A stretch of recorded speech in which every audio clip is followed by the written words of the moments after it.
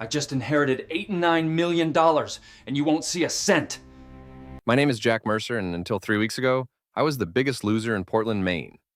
Failed entrepreneur, divorced from my ambitions, and driving strangers around in my beat-up Honda Civic for Uber. At 37, I'd mastered the art of disappointment like some people master chess. The rain hammered my windshield that Tuesday night when I picked up my last fare. Old guy, maybe 75, wearing an expensive coat that screamed old money.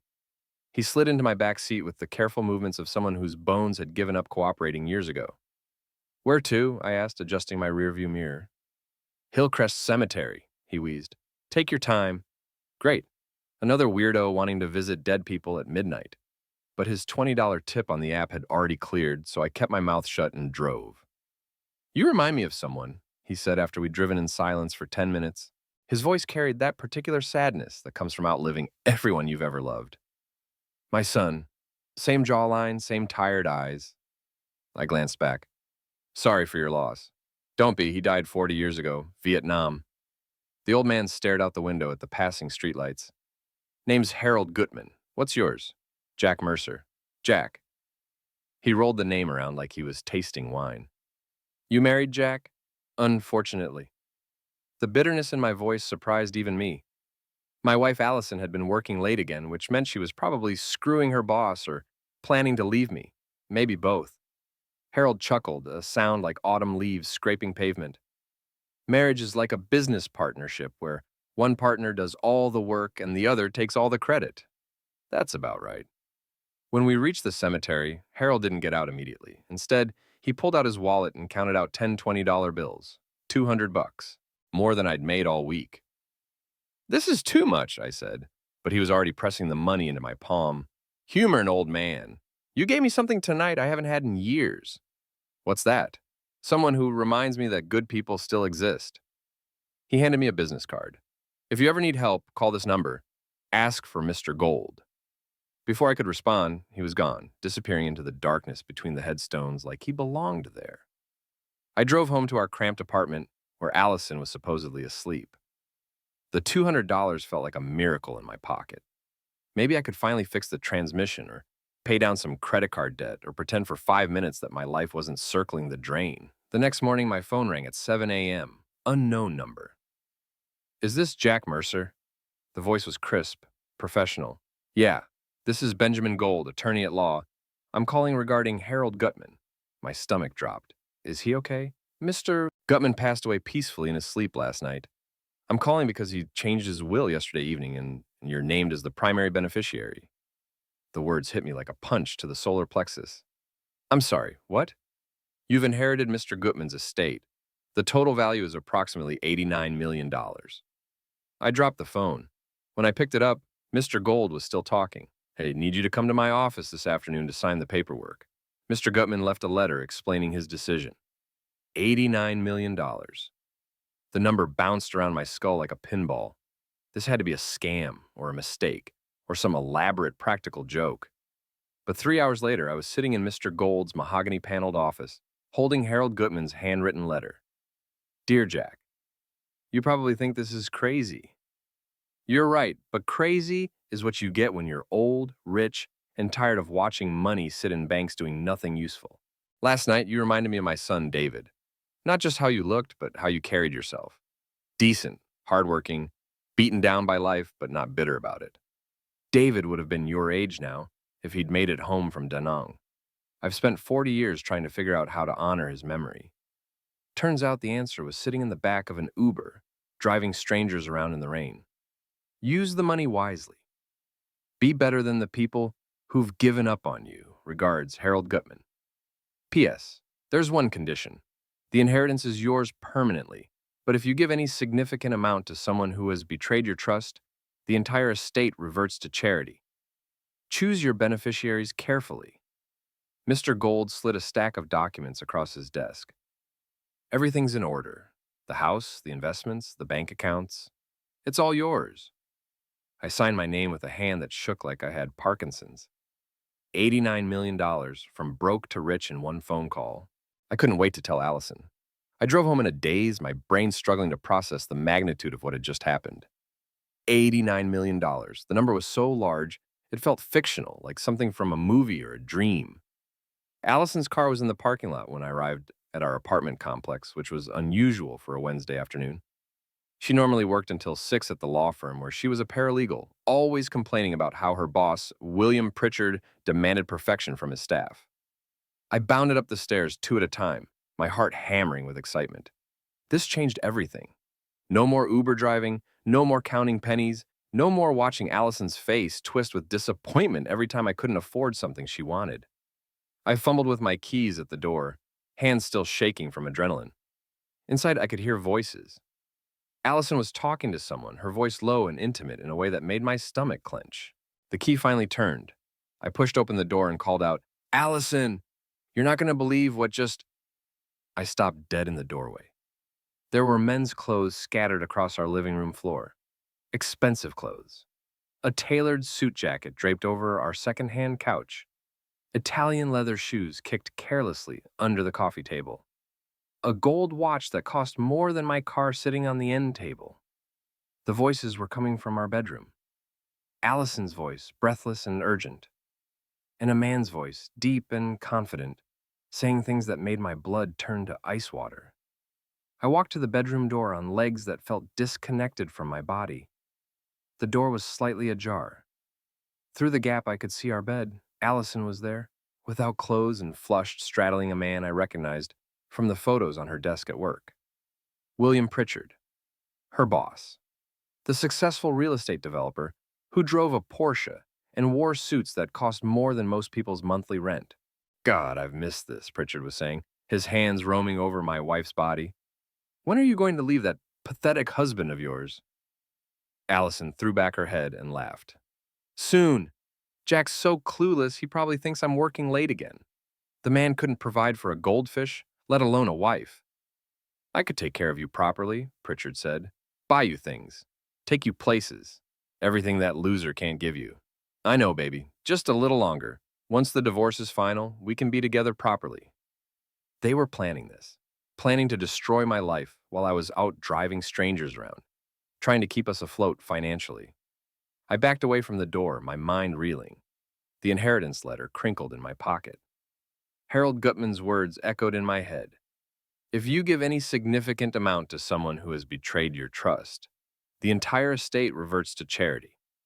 It was like the old man had known, like he'd seen into the future and crafted the perfect revenge clause. I pulled out my phone and started recording, capturing their voices through the thin door. Pritchard was detailing all the ways he was better than me, while Allison agreed enthusiastically, adding her own insults about my failures and inadequacies. After 5 minutes of damning audio, I quietly walked to our bedroom closet and packed a bag with my essential belongings. My hands moved with mechanical precision while my brain processed the betrayal. How long had this been going on? Months, years? All those late nights at work, all those business trips, all those times she'd been too tired for closeness with me, but apparently had plenty of energy for William Pritchard. I was zipping up my bag when they finally noticed the apartment door was open. "Jack?" Allison's voice was sharp with panic. "Jack, is that you?" I walked back to the bedroom door and pushed it open. They were both scrambling to cover themselves, Allison clutching a sheet to her chest while Pritchard reached for his pants. "Don't stop on my account," I said, my voice eerily calm. "You were just getting to the part where you explain how pathetic I am." Allison's face went white. "Jack, I can explain." "No need. I heard everything." I held up my phone. "Recorded it too." Pritchard stood up, not bothering to cover himself. He was older than me, maybe mid-40s, with the kind of artificially maintained physique that came from expensive personal trainers and testosterone supplements. "Look, Jack," he said, like we were negotiating a business deal. "This doesn't have to get ugly. Allison and I are in love. You can't provide for her the way she deserves. Be a man about this and step aside." I almost laughed. If only he knew what was in my pocket. "You're right," I said. "I can't provide for her. But here's the thing, William. I don't have to anymore." I pulled out the inheritance documents and waved them in the air. $89 million. Inherited it this morning from a passenger who thought I was a decent human being. Funny how life works out. The blood drained from both their faces. "That's impossible," Allison stammered. "Call Mr. Benjamin Gold if you don't believe me. He's handling the estate." I folded the papers and put them back in my pocket. Of course, there's one tiny condition. If I give any significant amount to someone who's betrayed my trust, I lose everything. I smiled at them, and it felt like the first genuine smile I'd had in years. Guess that means you're mess out of luck, sweetheart. I walked out of that apartment and never looked back. The next morning, I was sitting in Mr. Gold's office again, this time discussing the practical aspects of being suddenly impossibly wealthy. The Gutman estate includes several properties, Gold explained, sliding photographs across his desk.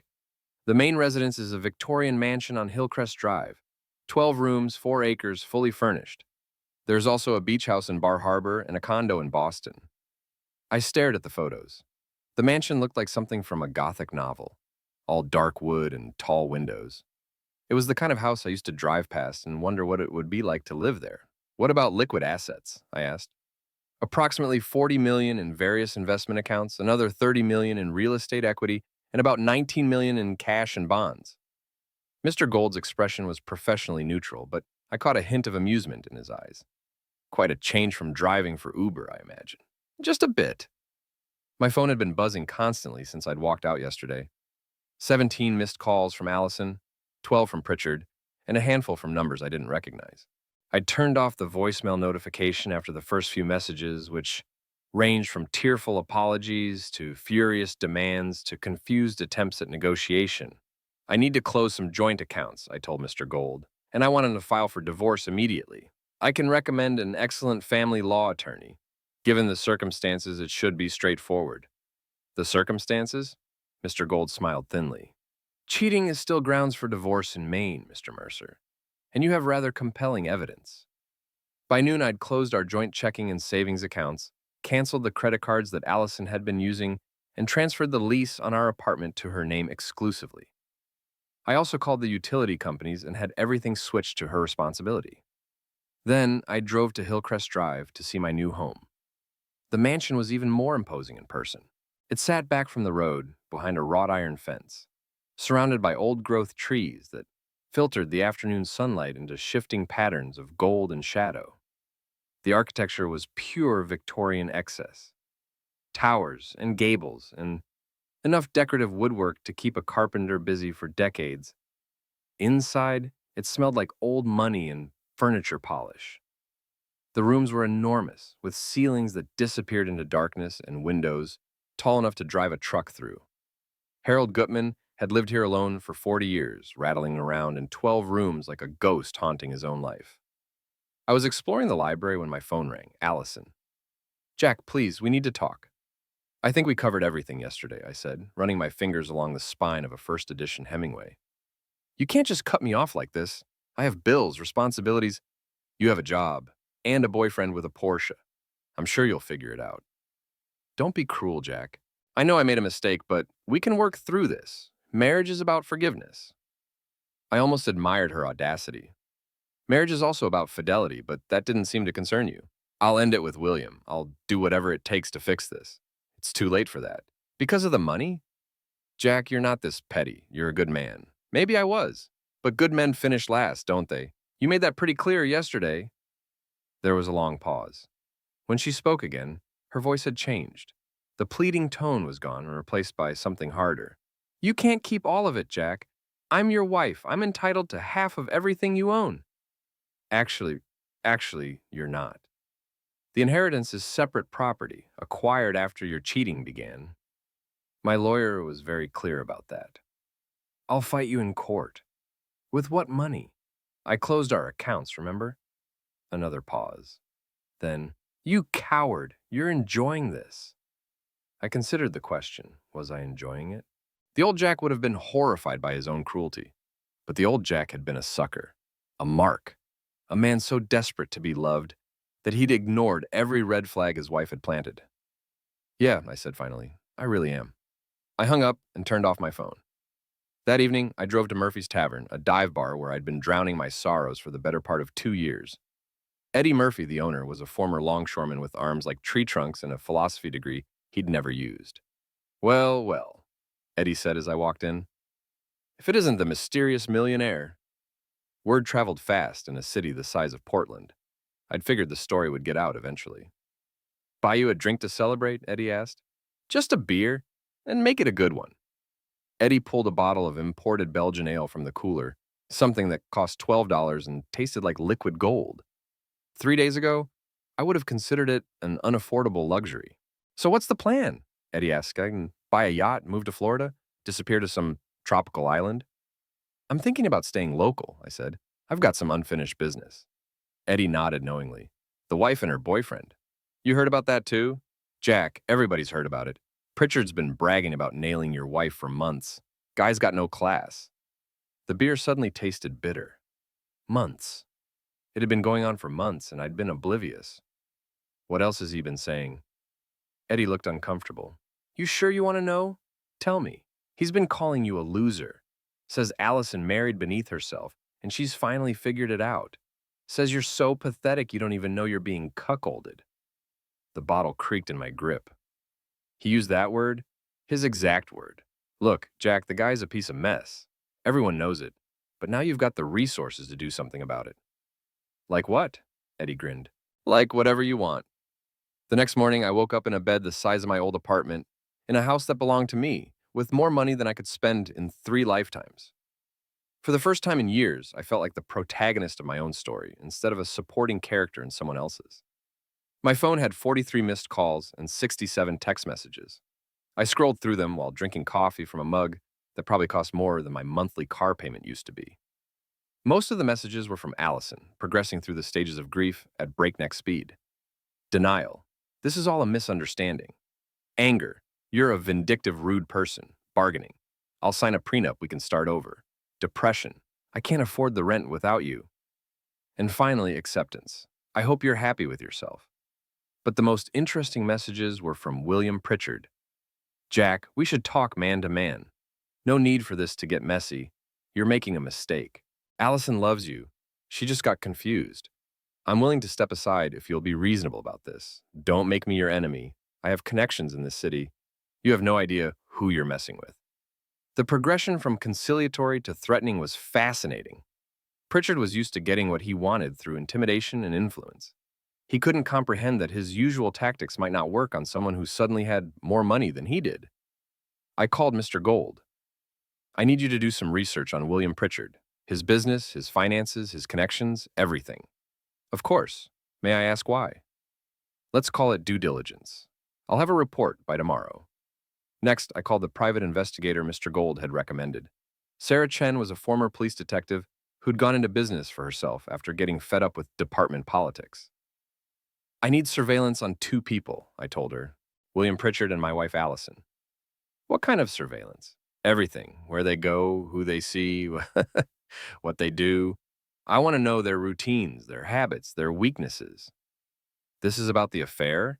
This is about making sure I have all the information I need to protect myself. It was a lie, of course. This wasn't about protection. This was about revenge. That afternoon, I drove to Pritchard's real estate office downtown. It was in one of those glass towers that had gone up during the economic boom, all chrome and marble and aggressive modernity. The kind of building that screams success to people who confused expensive with impressive.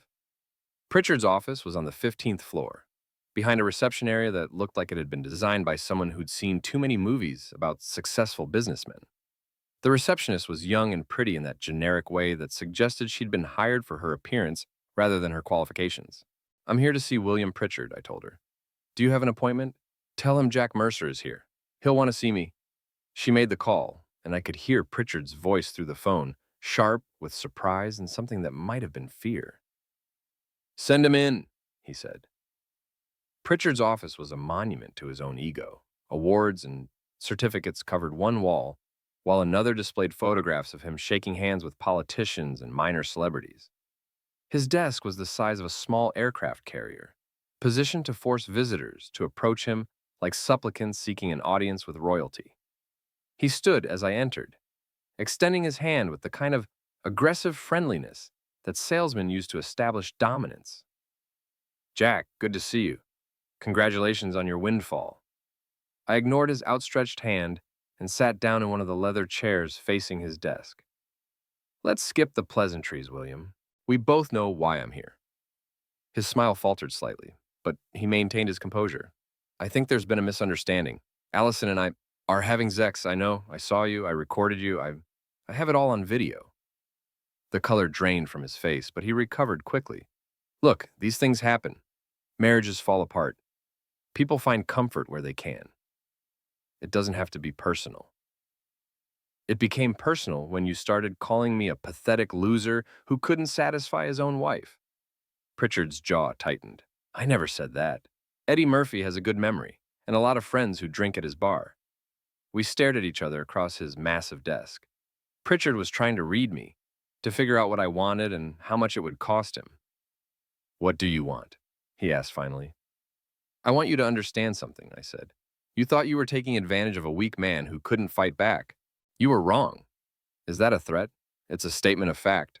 I'm not the same man I was a week ago. I stood up and walked to the window, looking out at the city below. Portland wasn't New York or Los Angeles, but it was big enough to have real power brokers, real money, real consequences for people who made the wrong enemies. Nice view, I said. How long is your lease? 5 years? Why? Just curious. I'm thinking about getting into real estate myself. I could see his reflection in the window, and the expression on his face was priceless. He was starting to understand that this wasn't going to be resolved with money or intimidation. Jack, be reasonable. Allison made her choice. You can't force someone to love you. I turned back to face him. You're absolutely right, but I can make sure she understands the consequences of her choices. What's that supposed to mean? It means you should have thought twice before bragging about cuckolding me. I walked toward the door, then paused with my hand on the handle. Oh, and William, stay away from my wife. She's about to be very busy with divorce proceedings. Sarah Chen's first report arrived 3 days later, and it was even more damning than I'd hoped. Pritchard wasn't just an adulterer. He was a garden-variety crook who'd been skimming money from his real estate deals for years. He's got a pattern, Sarah explained over coffee at a downtown cafe. He inflates construction costs, bills clients for work that never gets done, and pockets the difference.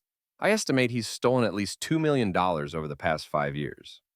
That's enough for criminal charges. More than enough. But here's the interesting part. He's been using the money to fund a gambling habit. High-stakes poker games, sports betting, casino trips to Atlantic City. The man's got a serious addiction. How serious? He owes money to some very unpleasant people, the kind who break legs when they don't get paid.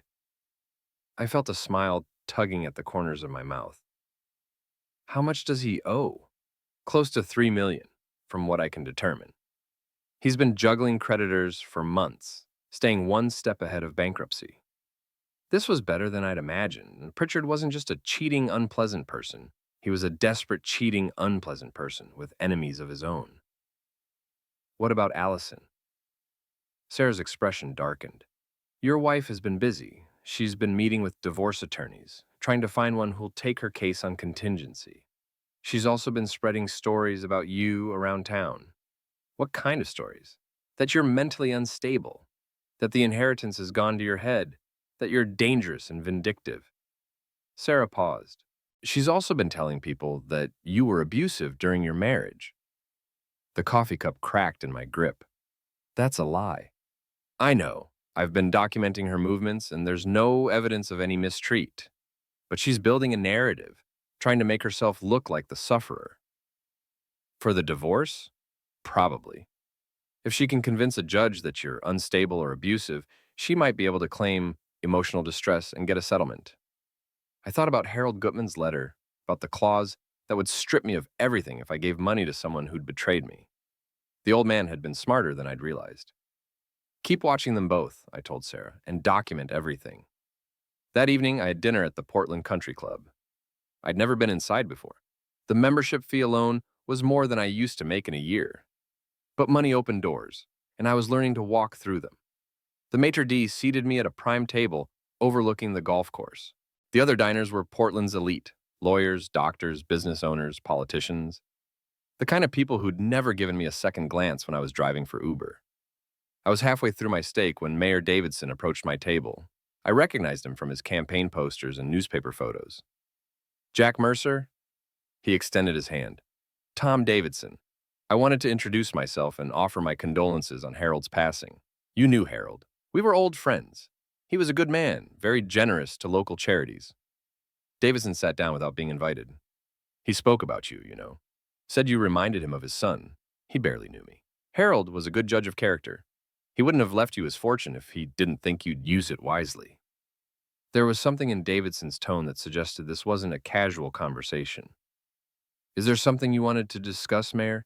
Actually, yes. I understand you're having some personal difficulties. Divorce proceedings can be messy, especially when there's significant money involved. Word really did travel fast in this city. I can handle my own problems. I'm sure you can. But sometimes it helps to have friends. People who understand how things work in a city like Portland. Davidson leaned forward, lowering his voice. William Pritchard has been spreading stories about you, claiming you're unstable, that you've made threats. He's got connections with some city council members, and he's been suggesting that maybe your inheritance should be investigated. On what grounds? Undue influence, mental incompetence of the deceased. There are ways to challenge a will if you know the right people and have the right connections. I felt a chill that had nothing to do with the air conditioning. And Pritchard has those connections? He thinks he does. But here's the thing about connections, Jack. They only work if people respect you. And Pritchard's been burning bridges all over town. Davidson stood up, straightening his tie. Harold was my friend, and he trusted you. That's good enough for me. If you need anything, legal advice, political support, or just someone to vouch for your character, don't hesitate to call. He handed me his business card and walked away, leaving me with the uncomfortable realization that this war was bigger than I'd thought. The next morning brought a new development. Allison had hired a lawyer. Not just any lawyer, but Margaret Stone, the most aggressive divorce attorney in Maine. Stone had a reputation for destroying wealthy husbands and leaving them with nothing but child support payments and bitter memories. She'd also filed for temporary spousal support, claiming that I'd abandoned Allison and left her unable to pay her bills. It's a standard tactic, my attorney explained. David Morrison was Mr. Gold's recommendation. Quiet man with the kind of methodical intelligence that destroyed opponents through preparation rather than theatrics. She's trying to establish financial dependence and paint you as the aggressor. Can she win? Not with the evidence we have, but she can make the process expensive and time-consuming. Stone specializes in bleeding her opponents dry through procedural delays and frivolous motions. So what do? Morrison smiled thinly. We give them exactly what they're asking for. I don't understand. They want to fight? We'll give them a fight, but we'll fight on our terms, with our advantages. That afternoon, I received a call from Sarah Chen. You need to see this, she said. Meet me at Murphy's Tavern in an hour. I found Sarah at a corner booth, a manila envelope on the table in front of her. Eddie brought me a beer without being asked, then retreated to give us privacy. Pritchard's in deeper trouble than we thought, Sarah said, sliding photographs across the table. These were taken last night at an underground poker game in South Portland. The photos showed Pritchard at a card table, surrounded by men who looked like they'd stepped out of a Martin Scorsese film. His face was flushed with desperation, and the pile of chips in front of him was pitifully small. He lost another 100,000, Sarah continued. Money he doesn't have. The game's run by Tommy Torino, who's got connections to some very serious people in Boston. How serious? The kind who make people disappear when they don't pay their debts. I studied the photographs. Pritchard looked like a man drowning in his own stupidity, grasping at cards the way a drowning man grasps at straws. There's more, Sarah said. I followed him after the game. He went straight to Allison's apartment, and they had a screaming fight. She's figured out that he's broke. Did you record it? Sarah pulled out a small digital recorder. Every word. Pritchard's voice was slurred with alcohol and panic. You don't understand, baby. This is just temporary. Once I win the next hand, we'll be set for life. Allison's response was sharp with fury. You told me you were rich. You told me you could take care of me. I am rich. I just have some cash flow problems right now, but once we get some of Jack's money, Jack's not giving us anything. He hates us. Then we'll take it. There are ways to force his hand. What ways? Leave that to me. The recording ended there. I looked at Sarah, who was watching me with professional concern. This sounds like they're planning something, she said. Let them plan. I want to know exactly what they're thinking. Jack, these people are desperate. Desperate people do stupid things. Good. Stupid things leave evidence. That evening, I hosted my first dinner party at the mansion. The guest list was carefully curated. Mayor Davidson, my attorney David Morrison, Police Chief Patricia Walsh, and 3 prominent business leaders who'd known Harold Gutman. The dining room was magnificent, all dark wood and crystal chandeliers, the kind of room where important decisions had been made for generations. I'd hired a catering service to prepare the meal, and the conversation flowed as smoothly as the wine. Harold would have loved this, Mayor Davidson said, raising his glass in a toast. He always believed in bringing good people together. To Harold, Chief Walsh agreed, and to his excellent judgment in choosing his heir.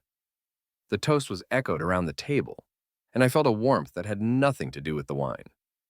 These people respected me, not because of who I was, but because of who Harold had believed I could become.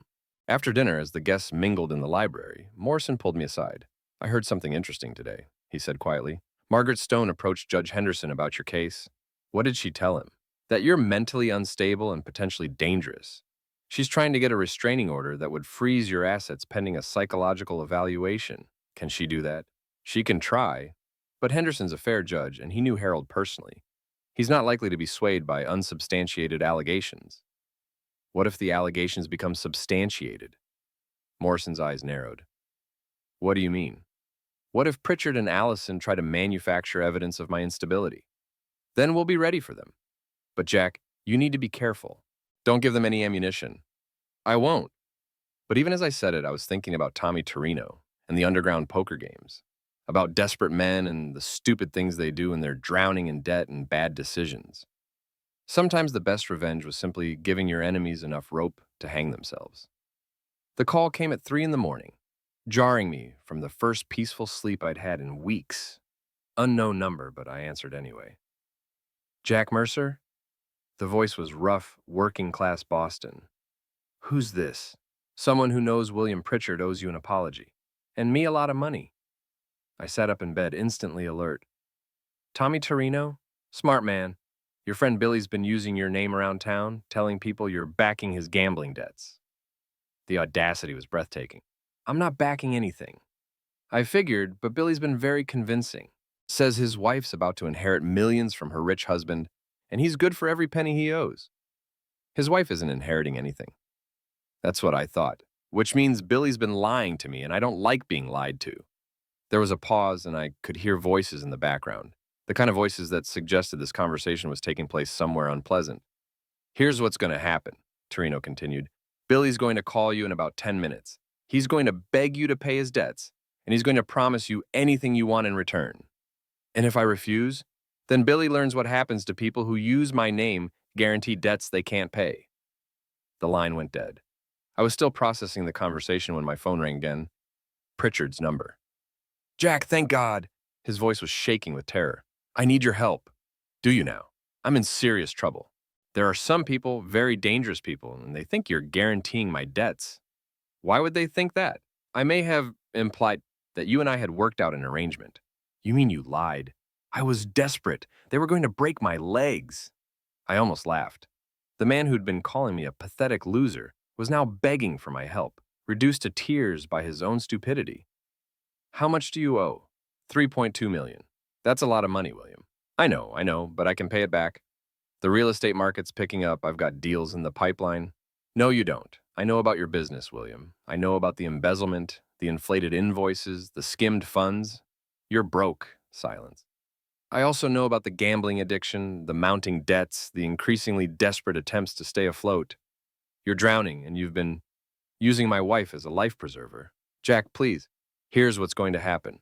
You're going to tell Allison the truth about your financial situation, all of it. The debts, the gambling, the fact that you can't provide for her any better than I could." "I can't do that. She'll leave me." "She should leave you. You're a liar and a thief who's been using her to get access to my money." "What do you want?" "I want you to disappear from my life and my wife's life. Leave Portland tonight." "I can't just leave. I have a business, obligations." "You have debts and enemies. The business is worthless, and your obligations are about to get very expensive." Another pause. In the background, I could hear voices getting closer. "They're coming back," Pritchard whispered. "Jack, if you ever cared about Allison, don't let her get hurt because of my mistakes." "Allison made her own choices. She chose you over me, remember? She chose a man who promised her everything and delivered nothing. I'm begging you, the same way I begged you to leave my wife alone, The same way I begged for respect in my own marriage, I could hear footsteps now and Pritchard's breathing was becoming rapid and shallow. Goodbye, William. Try not to get yourself ended. I hung up and turned off my phone. The next morning brought news that William Pritchard had been found beaten unconscious in a South Portland parking lot. He was alive, but hospitalized with multiple fractures and internal injuries. The police were investigating, but witnesses were scarce and memories were poor. Allison called me 17 times before I finally answered. "You coward!" she screamed. "You did this!" I did what? "You had William beaten! You're behind this!" "I'm behind a lot of things, Allison, but I didn't lay a finger on your boyfriend." "The police are going to investigate. They'll find the connection." "What connection? I was at home all night. I have security cameras to prove it. You hired someone. I hired a private investigator to document your cheating and a lawyer to handle our divorce. Everything else is just William's chickens coming home to roost." There was a long pause. When Allison spoke again, her voice was different, smaller. "He's broke, isn't he? Worse than broke. He owes money to people who collect debts with baseball bats. He told me he was successful. He showed me his office, his car, all financed with stolen money and borrowed time. Did you really think a successful businessman would waste his time seducing another man's wife?" Silence. "He used you, Allison, the same way you used me. Except I was too stupid to see it, and you were too greedy to care. What am I supposed to do now?" For the first time since this whole mess started, I felt a flicker of sympathy for my wife. She'd made terrible choices, but she was about to pay a terrible price for them. "You're supposed to learn from your mistakes," I said, "and hope you get the chance to make better ones." The divorce proceedings took 3 months, and they were everything David Morrison had promised. Brutal, expensive, and ultimately futile for Allison's side. Margaret Stone threw everything she had at us, but the evidence was overwhelming and the law was clear. The cheating was documented. The inheritance was separate property. The prenuptial agreement Allison had signed was ironclad. She got nothing. Well, almost nothing. I agreed to pay her attorney's fees and give her enough money to relocate somewhere far from Portland. It was a gesture of mercy that Harold Gutman's will didn't technically prohibit, since the money came with the explicit condition that she never contact me again. William Pritchard recovered from his injuries, but his business didn't. The investigation into his financial practices had uncovered years of fraud, and he was facing federal charges. He'd also declared bankruptcy, which meant his creditors would be fighting over the scraps of his assets for years to come. He left Portland the day he got out of the hospital.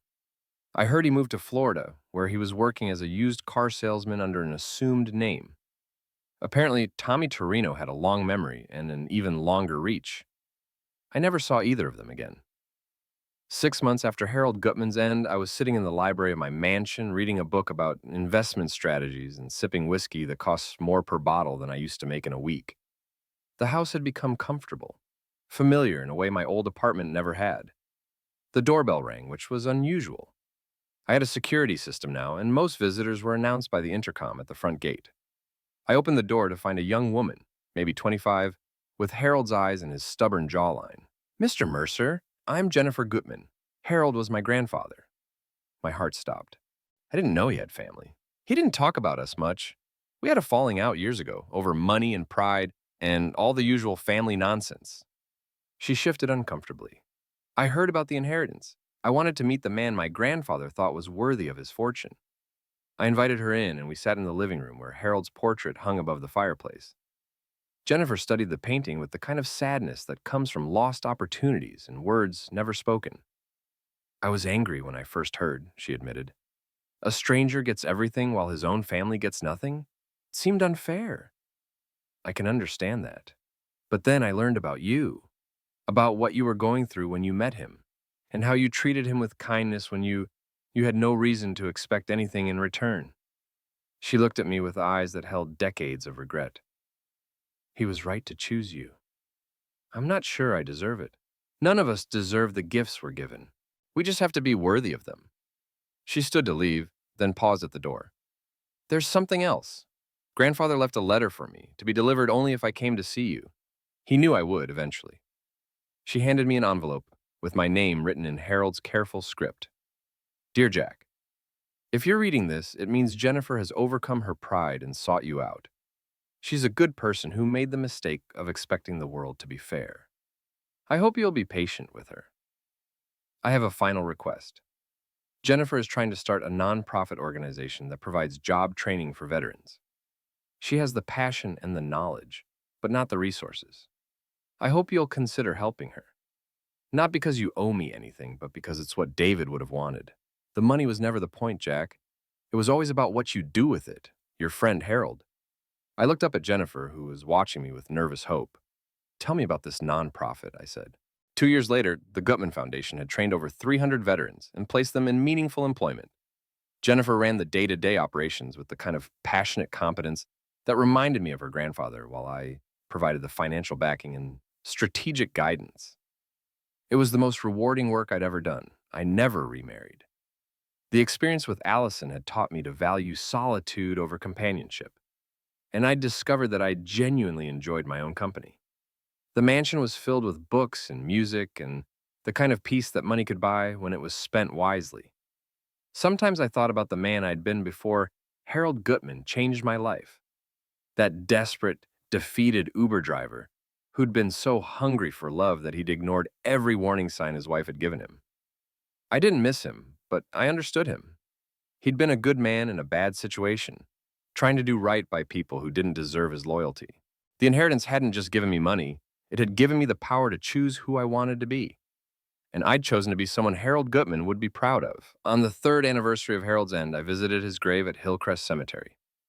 The headstone was simple granite with his name and dates, nothing fancy or ostentatious, just like the man himself.